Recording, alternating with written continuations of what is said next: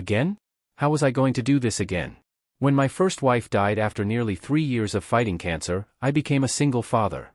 I was bereft to the bone, financially on fumes, and became solely responsible for a little girl, Lily, just days before her 3rd birthday. Obviously, this was a brutal situation, but over the next 2 years, Lily and I, with support from family, friends and therapists, found ways to help and inspire each other. We made our little family cohere, sometimes spectacularly so, in a tiny but rent-stabilized 1-bedroom in Manhattan. When Lily was 5 years old, miracle of miracles, love's mallet thumped me again. A quickie marriage in Vegas preceded our move into a fancy part of Brooklyn. My new and younger wife was determined to have a baby. Lily was desperate for a mother and thrilled by the prospect of becoming a sister. And, lo, here was my chance to experience a more traditional kind of fatherhood. But 4 years later, my second wife left me. I became a single father once again, with no more financial resources than I'd had before, even more sense of loss, and 2 little girls this time. One experience of rebuilding my life had been more than enough for me.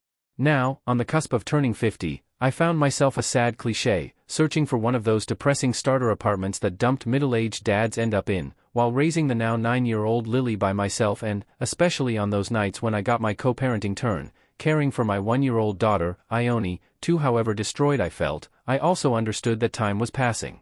I firmly grasped the importance of being a quality parent for the baby, providing a strong connection with her. I'd only have her 2 nights a week, and non-consecutive nights at that, but surely I had enough experience raising a little girl to be able to not only handle fathering but to wow during these mediation agreed-upon times together. Plus, we had my sidekick, Lily, riding shotgun. True, Lily had to process a second maternal figure's thorough departure. Nonetheless, she would have that oft-requested chance to be a big sister. And the little one would grow up relying on her dad and valuing her sister. This is what I wanted, what I anticipated. In the dark stretches before dawn, when I could keep my thoughts from tail-spinning into an alternate universe where I was not doing this Han Solo, I thought up plans for me and the girls, schemes about how to organize our hours. I'm not a taskmaster, don't believe in charts, and am too lax about cleaning to force my kids into chores, so my ideas weren't draconian. Still, there had to be ways to make simple responsibilities fun and to create meal and bedtime rituals, sprinkling them with stardust. We don't want to be litterbugs. We want to be glitterbugs. Adding a letter, great plan. Still, I'd managed to transform my life with Lily into something special, and even occasionally marvelous.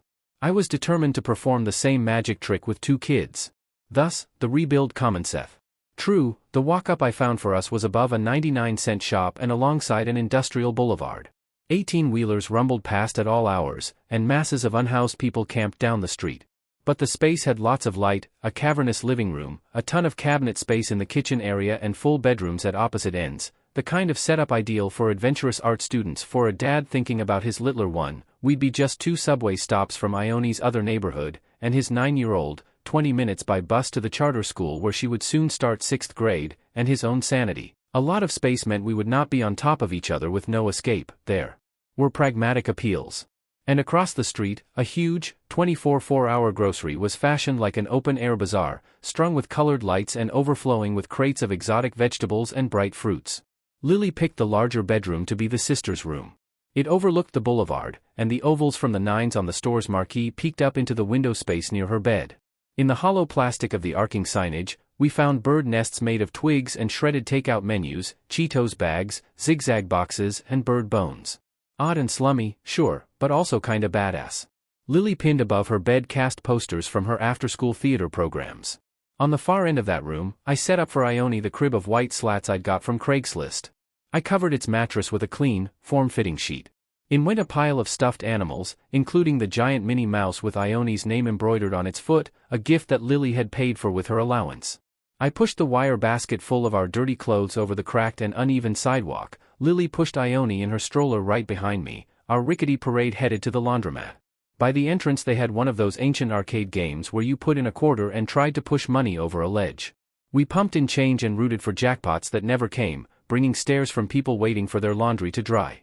When a few coins plunked down, Lily shrieked, Ione stared, surprised, and then raised her arms and cheered as well.